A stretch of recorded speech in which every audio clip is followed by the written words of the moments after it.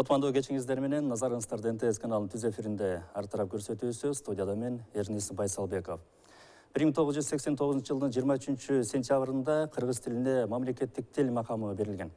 Кыргызстандын эгемендик алышында алгачкы кадам катары каралган бул маанилүү документ Кыргыз ССР Жогорку Совет тарабынан кабылданып, атайын мыйзам менен бекитилген.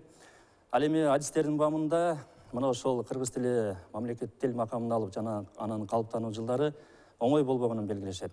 Анткени кыргыз тилинин сактап калышы жана анын өнүгүшү боюнча маселе бүгүнкү күнгө чейин орчундо болуп турган чагы. Бүгүн биз мына ошол кыргыз тилин өнүктүрүү жаатындагы оош кыйыштары тууралуу кеп кылмакчыбыз. Анда эмесе бүгүнкү ортого ой салчу адистерди тааныштыра кетсем, филология илимдеринин доктору Үмүт Култаева, мамлекеттик тил боюнча улуттук комиссиянын тил саясаты жана уюштуруу бөлүмүнүн башчысы Аида Ишаналиева, ошондой эле Кыргыз-Орус славян университетинин мугалими Аттокур Жапанов.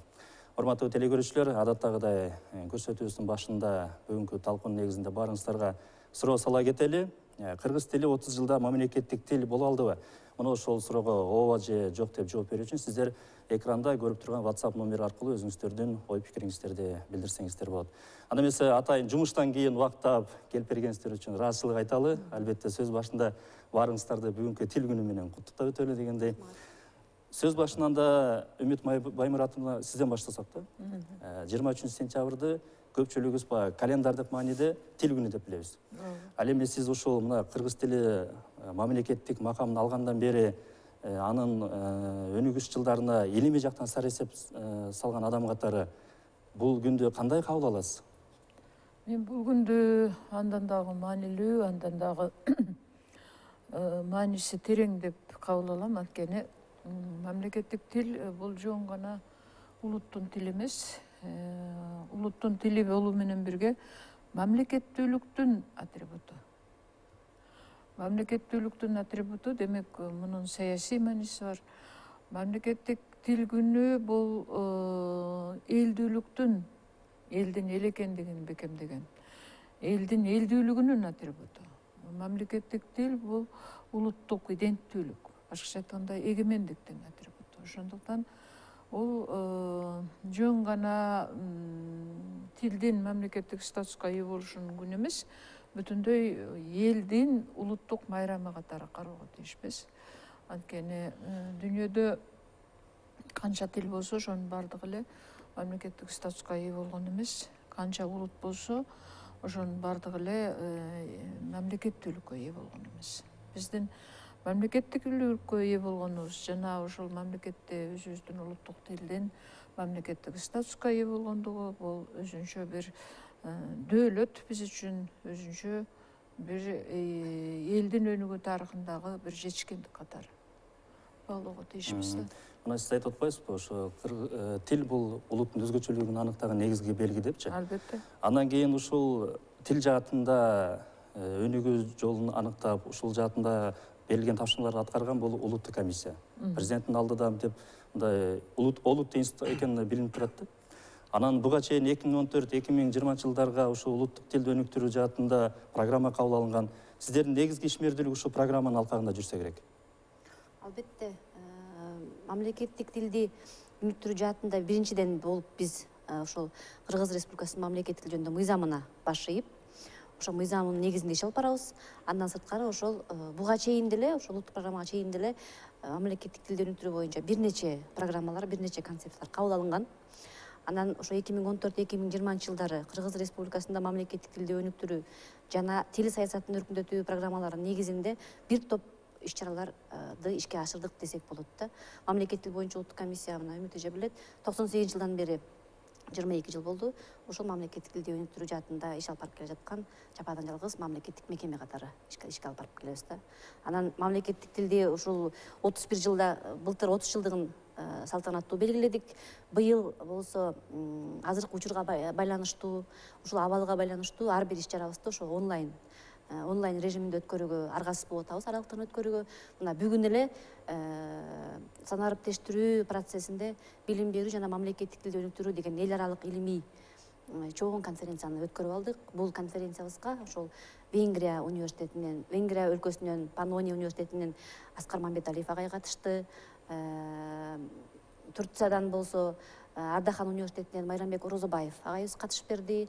Анан Казакстан Республикасынан Назарбаев университетинин профессору Дүйшөн Кушаматов агайлар катышып, ушул тил жаатындагы тил жаатынын күнгөй менен тескейин, тил жаатындагы аткарылып аткан иштер, деги эле билим берүү тармагындагы маселелер, ушул аралыктан окутуу маселелери, мамлекеттик тилди болсо ушул сан ариптештирүү маселелерин боюнча бүгүн бир чоң бир маселелер талкууга коюлуп, ушуна тегерегинде иш алып бардык да. Анан кийин мына Атток мырза сиз айтсаңыз, ушу кыргыз тилин өнүктүрүү жаатында мугалим катары, мында практик катары өнүгүүсүнө кандай баа берет элеңиз? 31 жылда акырында өнүгүп келатат. Совет доорунда деле жакшы өнүккөн экен.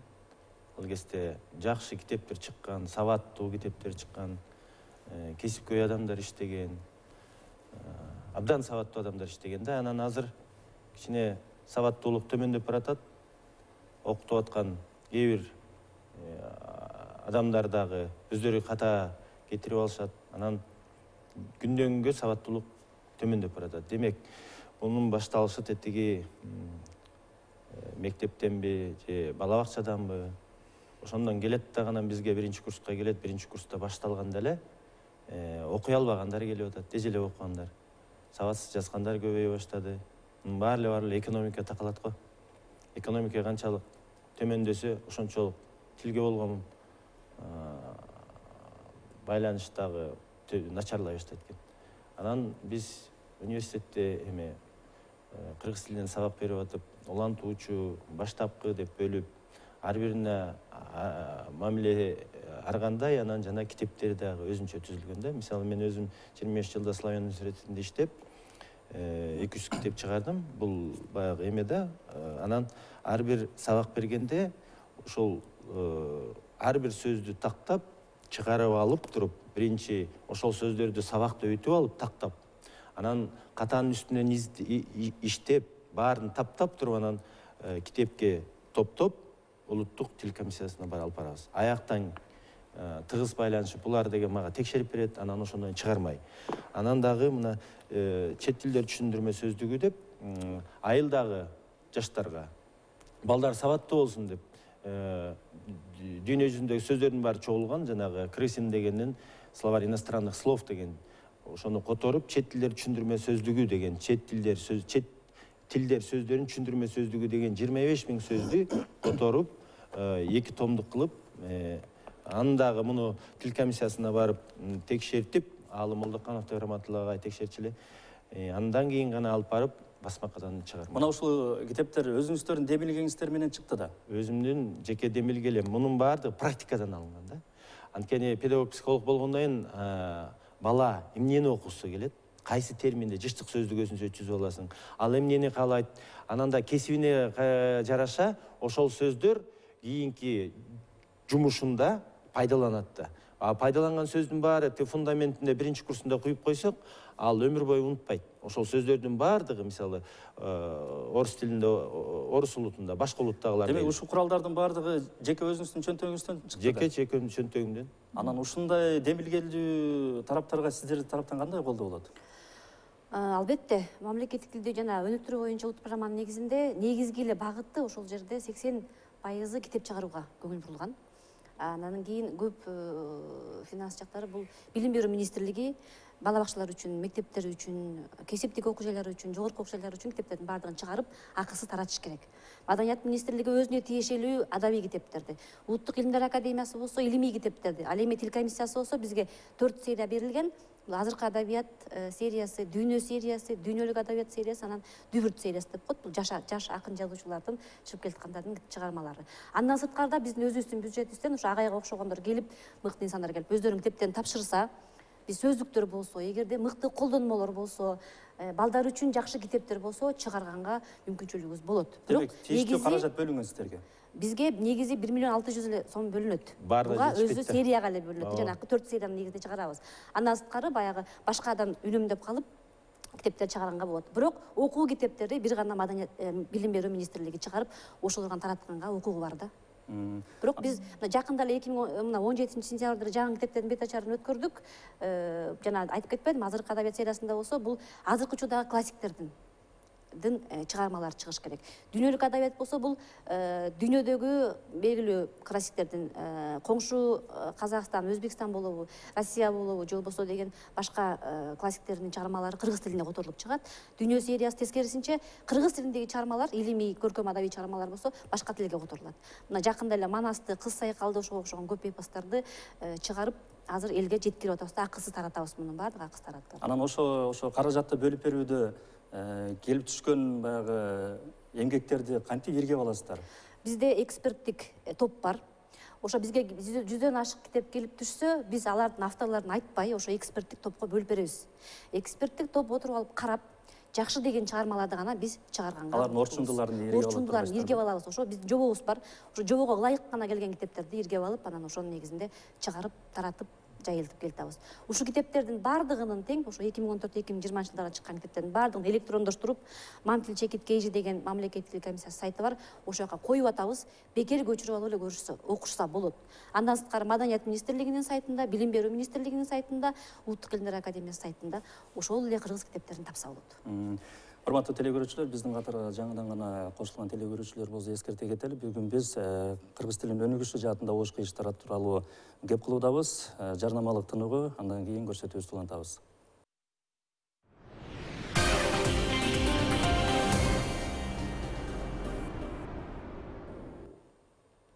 Урматтуу телекөрүүчүлөр, сиздер ар тарап көрсөтүүсүн көрүдөсүздөр. Мына ошо жарнамага чейин Аттапкыр мырза кыргыз тилинин өнүгүшүнүн терс көрүнүш катары сабатсыздык деп айтып өтпөдү. Анан мындай алып карап көргөндө Кыргызстан эгемендүүлүк алган жылдардан бери ушу окутуу программасында окутуу тажрыйбасы ошол эле инерция менен келатканы байкалат да. Мүмкүн ушул жагы дагы бир тилдин өнүгүшүндө бир терс таасирин тийгизип жаткандыр. Негизинен эгемендик алгандан кийин турмуш бир топ оор болду да. 90-жылдар абдан эле оор болду. Анан ошо 90-жылдардан баштап эгемендүүлүккө ээ болгондон кийин жаңы контракттык окуу деген пайда болду. Контракттык окууда вуздар дагы оор абалга түшүп болду финанс жагынан. Анан баягы колунда тыйыны бар балдарды ар кайсысынан жогорку окуу жайын кармаш үчүн, жогорку окуу жайын каржылаш үчүн билимине карабай туруп алууга туура келген мезгил болду да. Мына ошолор азыр окуу жайын бүтүп, эми могу ишке келди да. Ишке келди. Ишке келгенде ошол кездеги баягы Советтер Союзу кезинде бюджеттик гана окуу болгондуктан ага укмуштуудай чоң конкурс болчу. Аябай билимдүүнүн билимдүүсү өтөт эле. Албетте анда деле субъективдүү факторлор бар болчу. Бирок билим берүүдө дагы атаандаштык, билим алууда дагы атаандаштык бар болчу да. Ал эми баягы эгемендүүлүк өткөндөн кийин бир топ турмуш баягы кыйынчылык элдин башына түшкөндөн кийин орто саар абитуриенттер кабыл алынып, ошолор бүтүп дагы кетти. Ошондой эле орто саар мугалимдер дагы жогорку окуу жайынан орун алууга мүмкүнчүлүк түзүлүп калды. Мисалы үчүн мурун жогорку окуу жайына мугалим болуш бул жөн эле кыялдагы бир максат болчу да. Максаттагы кыял болчу. Мына ушунун баардыгы келип туруп бүгүн жемишин берип атат. Бул биринчиден. Экинчиден, тилге болгон баягы 70 жылдык текеберчилик дагы өзүнүн жемишин берип жатат да. Негизинен сабатсыздык деп бул Аттакыр айтып кетти, негизинен туура айтып атат. Анткени бүгүнкү күндө сабатсыздык эмнегедир уят болбой калды да. Биздин кезде, биз окуган кезде мындан бир топ жыл мурун сабатсыз жазуу абдан уят болчу. Бүгүнкү күндө жөнөкөй төмөнкү деңгээл гана эмес, жогорку деңгээлдеги сабатсыздыктарды өзүңөр көрүп алып жүрөсүңөр. Ар кандай чыгып атат, Сөзүңүз каралжы, мына сиз ошол убактагы каржылыктын айынан, ошондогу кайдыгерликтин айынан бүгүнкү акыбетин көрүп атабыз деген таризде айтып атпайсызбы? Албетте. Бүгүнкү күндө деле ошондой көрүнүш бар да, жогорку окуу жайлардачы. Контракт негизде деле анткени үчүн ар бир окуу жайдын каржысы чектелүү, мугалимдерге айлык бериш керек дегендей. Бүгүн деле ошол маселе бар. Ушуну эске алганда кантип азыр өзгөртүү киргизе алабыз? Бүгүнкү күндө мурункуга караганда бир топ жылыш болду, өзгөрүү болду. Бирок ошол эле учурда жаңы билим берүүнүн сапаты дагы билим алуунун сапаты дагы албетте тиги ойдогудай идеалдуу эмес. Дагы бир чоң маселе бар да бул жерде. Мисалы 70 жыл бою негизги жазуу иштери, иш кагаздары мамлекеттик тилде болгон эмес да. Ошондуктан мамлекеттик тилде иш кагаздарын жүргүзүүдө азыр чоң көйгөй бар. Анткени ага көнгөн эмес. Бул биринчиден, экинчиден урбанисттик өнүгүү шаар менен айылдын ортосундагы чоң айырма пайда болуп калган да. Мисалы мамлекеттик тилге өткөндөн кийин айылдагы же райондордогу элди мамлекеттик тилде иш кагазын жаз десе, алар кубануу менен кабыл алмак. Анткени алар тескерисинче орус тилинде жазуудан кыйналышууда. Бирок борбордон жалаң орус тилинде гана жоопторду кабыл алып, орус тилинде гана каттар талап кылуу узак жылдар өкүм сүрүп калды да. Бирок азыркы кезде Кудайга шүгүр, мына мен Бишкек мэриясында иштеп атам. Негизинен бийлик бутактарына мамлекеттик тилде иш кагаздары жазылып калды. Мына ошол мамлекеттик тилдеги иш кагаздары тууралуу кепти уласак да, азыркы учурда баягы айрым маалыматтар боюнча ушу мамлекеттик мекемелерде 60% гана ошол мамлекеттик тилде жүргүзүлөт экен да иш кагаздарчы. Ана ушул жагын көзөмөлдөө боюнча сиздердин дагы тийиштигиңиздер барбы? Же бир гана сиздер ошо китептерди чыгарууга жардам бересиздерби? Жок, биз деги эле жалпы эле мамлекеттик тил саясатын жүргүзүүчү органбыз, мамлекеттик органбыз. Жыл сайын ар бир мамлекеттик мекемелер менен, уюмдар менен, министрликтер менен, агенттиктер, комитеттердин бардыгын атайын өзүбүздүн иш планыбызды ылайыктап, андан кийин карап чыгабыз. Былтыр 30 жылдыкты белгиледик, мамлекеттик тилдин 30 жылдыгы. Ошондо Кыргыз Республикасынын президенти дагы чоң милдет койду алдыбызга. Ар бир мамлекеттик муниципалдык кызматкер иш кагаздарын жазсын, сабаттуу жазсын. Мекемелерде мамлекеттик тилде иш кагаздар жүргүзүлсүн деп. Азыркы учурда тилекке каршы 6%дан 43%га чейин гана азыркы биздин мониторинг негизинде ушундай болуп атат. Бирок алдыга жылуу маселелер бар. Себеби дегенде ошол улуттук программанын негизинде Кыргыз тест системасы иштелип чыккан. 2014-жылы. Кыргыз тест боюнча мамлекеттик мекеме өзүнчө мекеме катары өкмөттүн алдында түзүлдү. Ошол убакка чейин мамлекеттик муниципалдык кызматкерибиз деги эле Кыргызстан сен канчалык деңгээлде кыргыз тилин билесиң деген маселе коюлган эмес. Эч кимден сураган эмес, талап дагы жок болчу. Анын ишке ашыруу механизмдери кандай? Мисалы үчүн кайсы бир мекеменин кызматкерлерин ошо кыргыз тилин жаатында өнүктүрүү жаатында атайын окутасыздарбы же жөн эле тесттен өткөрүп иргеп коесуздарбы? Жок, бул атайын токтомдун негизинде ар бир мамлекеттик муниципалдык кызматкер өзүнүн тиешелүүлүгүн жараша кыргыз тесттен өтүп, андан кийин сертификат алыш керек да, өзүнүн тиешелүү адистигине жараша. Андан сырткары биз ошого даярдоо үчүн көптөгөн конференцияларды, семинарларды өткөрдүк. Жанакы орфографиялык эрежелер боюнча, иш кагаздары боюнча. Жакында эле иш кагаздарын түптүү нускасы өзгөртүү киргизилип, азыркы учурда биз дагы семинарларды өткөрүп атабыз республикалык деңгээлде.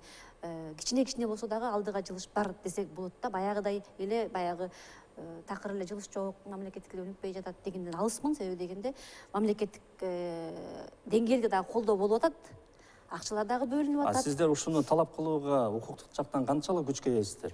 Биз ушул тилекке каршы биз болгону карап чыгып, анализдеп, мониторинг түзүп, анан биз сунуш гана бере алабыз Кыргыз Республикасынын президентине, Кыргыз Республикасынын өкмөтүнө сунуш беребиз. Анан ошол жактан жыйынтык чыгат. Демек бул жаатында баягы толук кандуу иш алып барбаганын бирден бир себеби ушу тийиштүү мекеме жетекчилеринин кайдыгерлиги деп билсек болобу? Албетте, кээ бирлерине бул ар бир жетекчинин көз каранды мамлекеттик тилге болгон мамилесинен көз каранды болушу мүмкүн. Ал эми иш кагаздарын болсо, мурун болсо ар бир мамлекеттик мекемеде, мекеме уюмдарда котормочу деген штат бар болчу. Мамлекеттик тил адисин котормочу кылып ашкан. Эч ким адистер которбой эле алып берип коет, уюп коет ал жергечи. Азыркы учурда лингвист эксперт деп уңдулган бул нерсе. Демек ошол адис болгону катасыз жазганбы, туура жазылганбы деген гана карап бериш керек. Демек ар бир мамлекеттик кызматкер кызматка барарда студенттер жана жогорку окуу жайын бүткөндөн кийин демек мен кыргыз тилинде билишим керек экен деген кичине бир ой пайда болду да. Мына азыр былтырдан баштап айыл өкмөтүнө талапкерлер кыргыз тесттен өтүп атышат. Буга чейин чуркашчы эмес, азыр кадимкидей сестенишип, чуркашып, даярданып, анан кийин өтүп атышат да. Ошо биздин өзүбүздүн мамлекеттик мамтил KG сайтында бар тил тест деген веб портал ачылды, иштелип чыкты. Ушул жерге кирип, ошо мамлекеттик кызматкерлер даярданып, кыргыз тест боюнча өткөнгө болот да. Андан сырткары аралыктагы окутуу иштелип чыккан улуттук программанын негизинде. Ал жерге дагы ошо кыргыз тесттин талаптарына ылайык A1, A2, B1, B2, C1 деген деңгээлде аудио, видео көнүгүүлөр менен баардыгы иштелип чыккан. Демек каалоочулар каалаган убагында кирип көрүп көчүрүп алып иштеп үйрөнсө болот. Анан сертификат алып иштей берсе болот дегендей кепкен да. Анан кийин ушул мына окутуу системасында ош кыйыштар бар экени, бул чындык экенин айтып өтпөдүбү? Анан кийин ушу мугалим катары, практик катары айтсаңыз, ушу өзүңүздөр сунуш берген учурлар болду, ушу окутуу системасында чын ушундай ош кыйыштар бар деп, билим берүү министрлиги болобу? жаңы эле бир конференция болду. Анан ошол жерден баарыбыз сунуш бердик билим берүү министрлигине. Көптөгөн конференциялар болот. Аягында жыйынтыктоочу материал чыгып, сунуштар көп берилет. Көп эле жолу берилет да. Анан мен Кыргызстанда тил маселесин өнүктүрүүдө президенттин алдына тил комиссиясын өтө жогору баалагым келет. Булар өтө катуу иштешет. Мен алар менен барып терминдерди караганда эле чуркап эле жүргөн кызматкерлери да. Анан ал эми эмнеге өнүкпөй атат дегенде, ар бир жетекчи өзүнүн айтпадыбы жана өзүнүн котормочусун алат, өздөрү бекитип алган. Анан ал таанышын алат, дагы бирөөлөрүн алып алат дагы, алар талапты койбойт. Ошол жетекчилер талапты койгондо эч жак өнүкмөк. Булар иштеп атат, тил комиссиясы, а жакта талапты койбогон жетекчилер аны төмөндөтүп салып атат. Азыр тил маселесин туура көтөрдүңөр. Азыр талап төмөндөп кетип, аябай эле төмөндөп кетти. Анан кесипкөй ошол адистерди мен сунуш кылат элем да. Ошол адистин баары тил комиссиясынын сынагынан өтүп келиш керек. Булардын сынактары күчтүү. Мен көрүп атам го, өздөрүнө да алганда да карап, тестти карап туруп катуу сынак алышат. Азыр дагы Раматылык Алагай өтүп кеткен ордуна биринчи туру өттү. Ошондо дагы бир да баалы туура эмес болуп, тегиз болуп калса да, ал кайрадан экинчи сынак жарыялады. Ушул тил комиссиясынын калыстыгын өтө баалайм да. Бул жаатында да азыр кененирээк улантабыз. Урматтуу телекөрүүчүлөр, сиздер ар тараптын көрсөтүүсүн көрүдүсүздөр. Бүгүн биз кыргыз тилин өнүктүрүү жаатында ош кыйыштары тууралуу кеп кылуудабыз. Берүүбүздүн башында кыргыз тили 30 жылда мамлекеттик тил боло алдыбы деп суроо салдык элек. Ушул суроого сиздер экранда көрүп турган WhatsApp номери аркылуу ооба же жок деп өзүңүздөрдүн ой пикириңиздерди билдирсеңиздер болот. Азыр бизде жардамалыктанууга, андан кийин көрсөтүүбүздү улантабыз.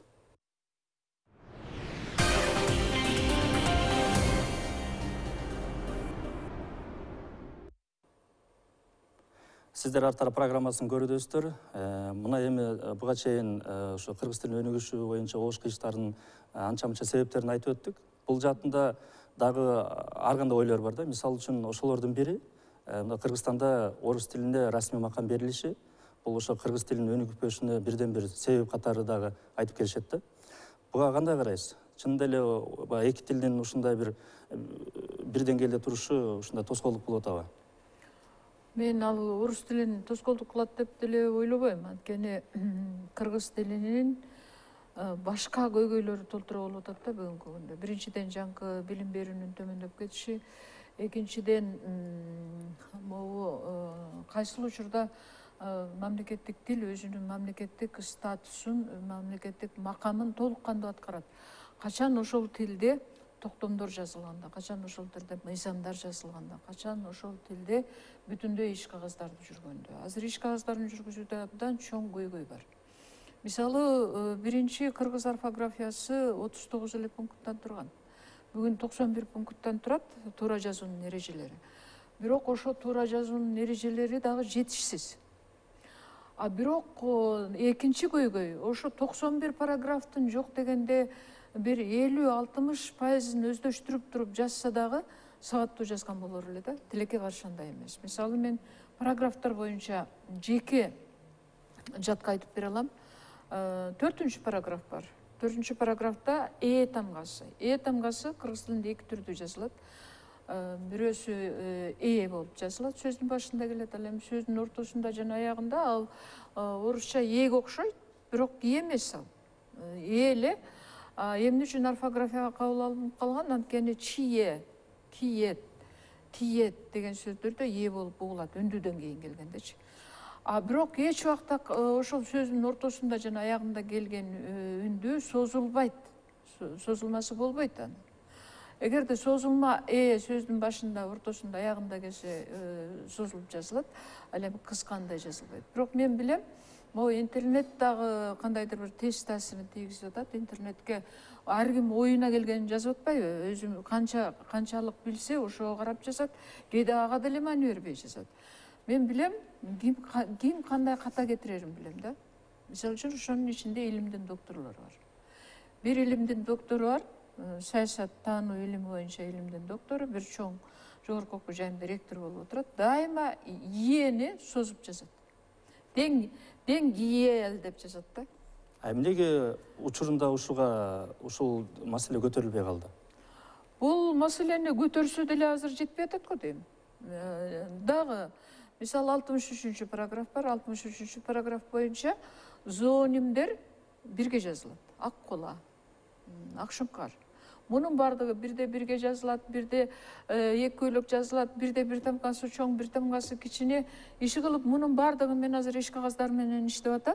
Жөн эле кыргызча айтканда ботко болуп калып да. А эмне үчүн мындай десең, дагы бир өтө маанилүү эреже бар. 5-класстан баштап окуучуларга үйрөтүлөт.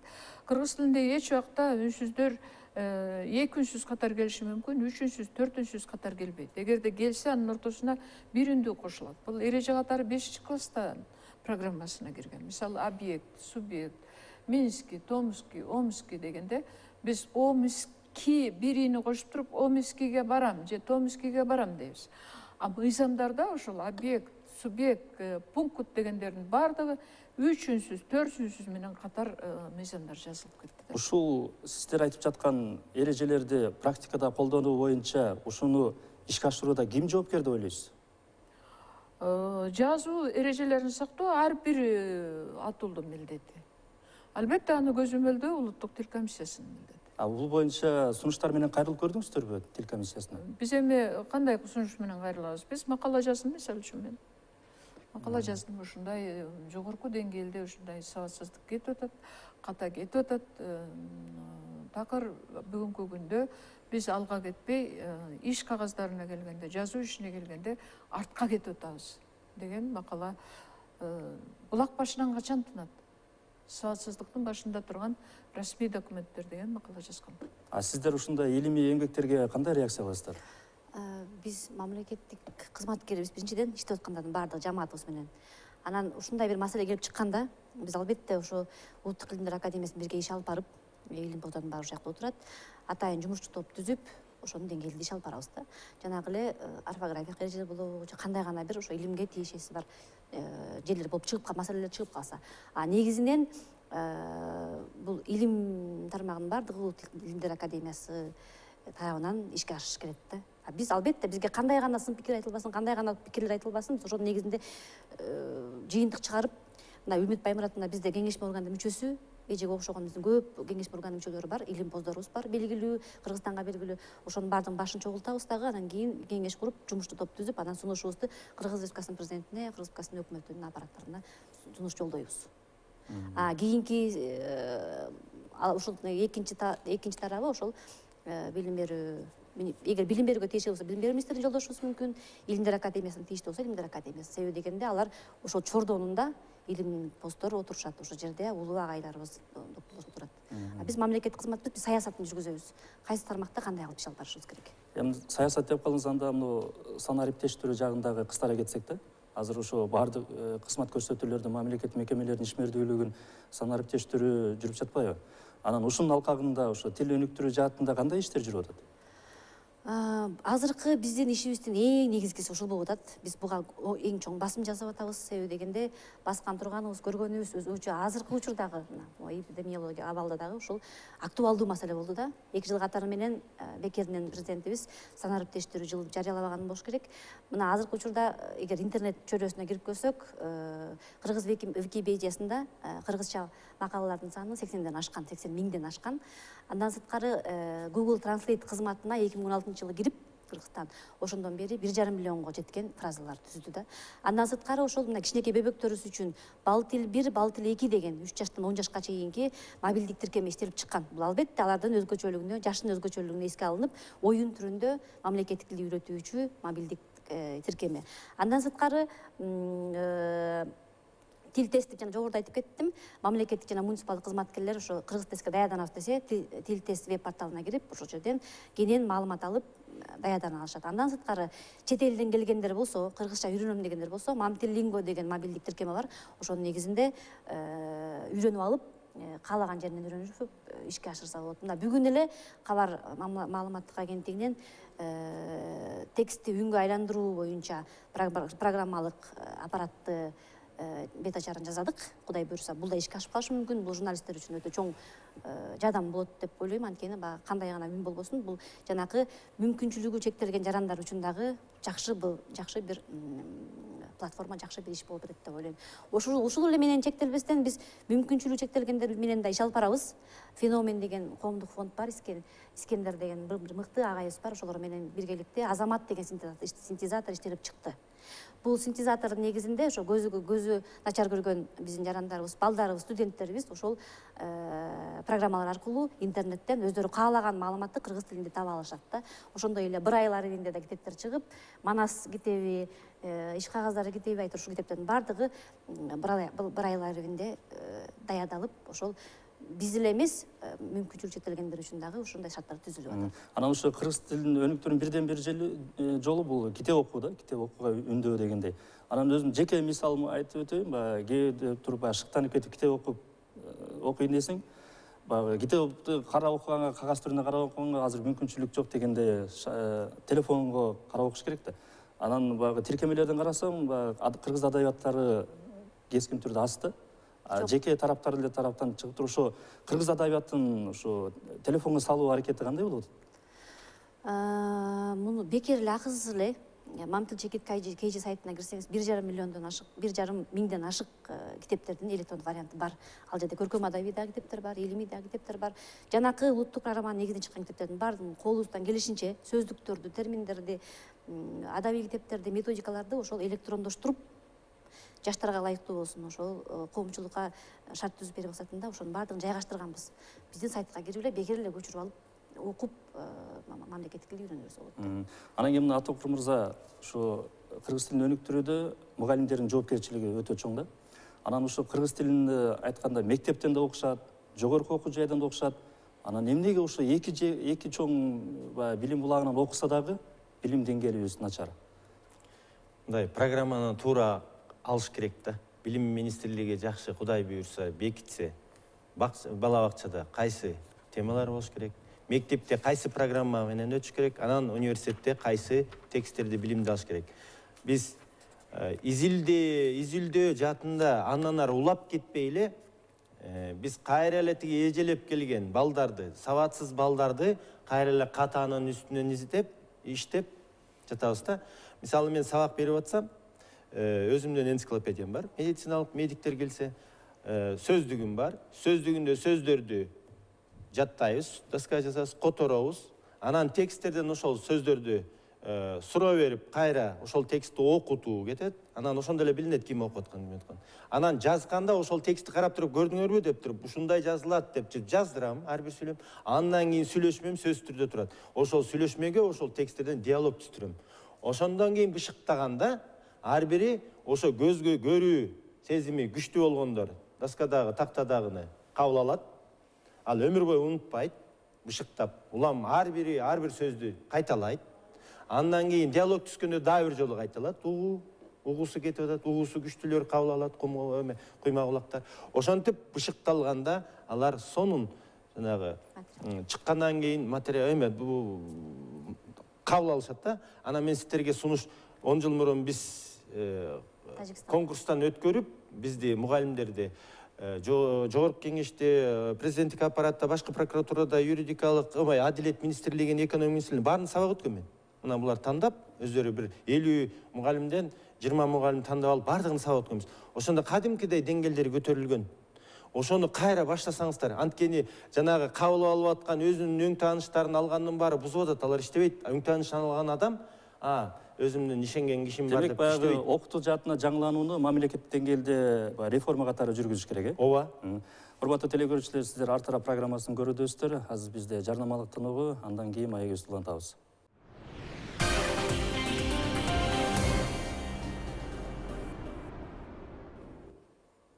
Урматтуу телекөрүүчүлөр, сиздер Ар тарап программасын көрүдөсүздөр. Бүгүн биз кыргыз тилинин өнүгүшүндөгү ош кыйыштары тууралуу кеп кылуудабыз. Андан кийин ушул кыргыз тилинин өнүгүшүнүн бирден бир себеби адабиятка да байланыштырып келишет да. Биз баарыбыз эле билебиз, ушу кыргыз адабиятынын классиктери, ушу жазма жаатындагы классиктеринин эмгектеринин арты менен кыргыз тили мындай өркүндөдү деп билсек болот да. Анан азыркы адабият айдыңындагы абалды эске алып, ушу кыргыз тилинин өнүгүшүндө кандай баа берсек болот? Алар ушу адабият жаатындагы азыркы адистер кандай салымын кошо алат? Эми жалпы сабатсыздыктын таасири адабиятка да тийип атат да. Анткени эми адабиятта уруксат берилет, диалекти деген чагылыш керек. Анткени адабият элдин руханий дүйнөсүн чагылдырат да, руханий дүйнөсүнүн күзгүсү. Диалект сөздөр көркөм адабиятка уруксат берилет. Көркөм адабият негизинен адамдын сөз байлыгын өстүрөт да. Сабаттуулукту сөзсүз адабияттан издөөнүн кереги жок. Анткени ал жерде регионуна жараша, аймагына жараша, диалектисине, өзү чоңойгон диалектисине жараша ар кандай туура эмес жазылган сөздөр кирип кетиши мүмкүн. Тарыхый сөздөр кирип кетиши мүмкүн. Эски сөздөр кирип кетиши мүмкүн. Сөз байлыгы үчүн, жалпы элдик тилди үйрөнүү үчүн албетте адабияттын таасири бар. Бир кубанычтуу нерсени белгилеп кетейин, мен баарын жок дей бербей, кийинки кезде китеп окууга болгон кызыгуу жанданып калды. Мисалы, интернеттен бир нече китепти сунуш кылса, ошо издеп, таап алып атабыз. Мисалы, Арслан Кочуевдин жаңкы Бакшы жана Чыңгыз Ханын талап атышат азыр. Дагы барбы, дагы чыгабы? Миспилдирикти кайрадан сурап атышат. Ошол эле агындылар дегендей. Бир нече китептерге талап бар. Бирок ошол китептер жетишерлик нускада чыкпагандыгы дагы баягы адабиятка болгон, окурмандыкка болгон кызыгуунун деңгээлин бир аз төмөндөтүп атат да. Бул жерде кыргыз тилинин өзүнүн өнүгүшү, мындан аркы өркүндөш үчүн дагы көп механизмдер керек болуп атат. Мисалы, бул жакта азыр айтып өтпөдүбү, тест, кыргыз тест ушундай иштелип чыкты, аябай сонун болуп депчи. Албетте жакшы болду. Кыргыз тест буга чейин бардык элдин тести бар. Мисалы, түрк тилинин Томер деген программасы бар. Англис тилинен жаңкы TOEFL деген бар, Кытай тилинин HSK деген бар, бизде жок болчу, бул иштелип чыкты. Жакшы, бирок биринчи жолу иштелгендиктен мында дагы көп өркүндөтүүнү талап кылган нерселер бар. Бир жагынан, экинчи жагынан мен байкап атам, азыр ошол тестти тапшырып туруп деле жазуу ишмердүүлүгүнө ээ болбой жатат. Жаза албай жатышат.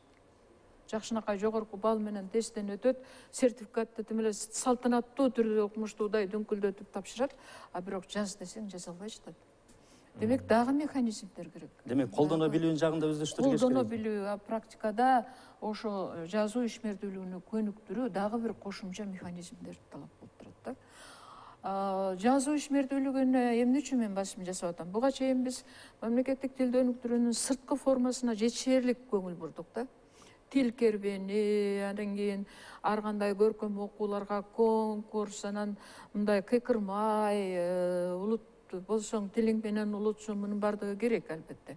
Эми мамлекеттик тил 30 жылдан кийин анын ички мазмунуна сүңгүүнү талап кылып атат. Ички мазмунуна кирүүнү талап кылып атат. Ички мазмун, могу адамдын речтин, сүйлөөнүн 4 түрү бар да, ишмердүүлүк. Угуу, биринчи угуу, сүйлөө, окуу, жазуу. Ошонун ичинен жазуу менен окуу адамдын ички речи менен байланышта. Мына ушул окуу менен жазуу азыр өзгөчө бир чечкиндүү кадамдарды талап кылып турат да. А биз дагы эле баягы сырткы формага алаксып, ошо менен эле баарын кыйраттык деп атабыз да. Демек, бул жерде комплекстүү иш-чаралар керек болуп атат. Дагы бир көйгөйлүү маселе, эмне үчүн жаңы мыйзамдарда ката кетип атат? Бир жагынан ошо мыйзамдарды жазганын күнөөсү да жок да, анткени юридикалык билим эч убакта кыргыз тилинде берилген эмес да. Алар жалаң орус тилинде окуган. Ошондуктан мыйзамды кыргызча жаза албай жатат. Бүгүнкү күндө деле юридикалык факультеттерде, айрыкча могу экономикалык факультеттерде, саясаттануу факультеттеринде билим орус тилинде берилип атпайбы? Демек, бул жагынан дагы көйгөй абдан көп да. Качан гана биз ошо билим берүүнү, адис даярдоону мамлекеттик тилге өткөргөндө, андан кийин биз алардан талап кылууга укугубуз бар да. Ошо биздин бир студент кыздын ырын мен көбүнчө айтып балам. Каталар, отурам үңкүйүп кападар, күнөөлүү күнөөсүз муунум тарыхтын өзүндө ката бар. Албетте, мына ушул кечиресиз айтылган сөздөр, бүгүнкү талкуун жүрүшүндөгү айтылган ойлор тийиштүү мекеме жетекчилерине жана ошондой эле тилди өнүктүрөм деген тараптарга күмүш сырга болот деген ишеним артып туралы. Бизге бөлүнгөн убакыт дагы соңуна чыгып баратты жана көрсөтүүнүн башында жалпы телекөрүүчүлөргө суроо салып өттүк эле. Кыргыз тили 30 жылда мамлекеттик тил боло алдыбы деп суроо салганбыз. Ооба дегендердин саны 5, ал эми жок дегендердин саны 21. Урматтуу телекөрүүчүлөр, бүгүн биз кыргыз тилин өнүктүрүү жаатында обуш кыйыштар тууралуу кеп кылдык. Көрсөтүүнү мен Эрнест Байсалбеков алып бардым. Кечиңиздер кууна улансын.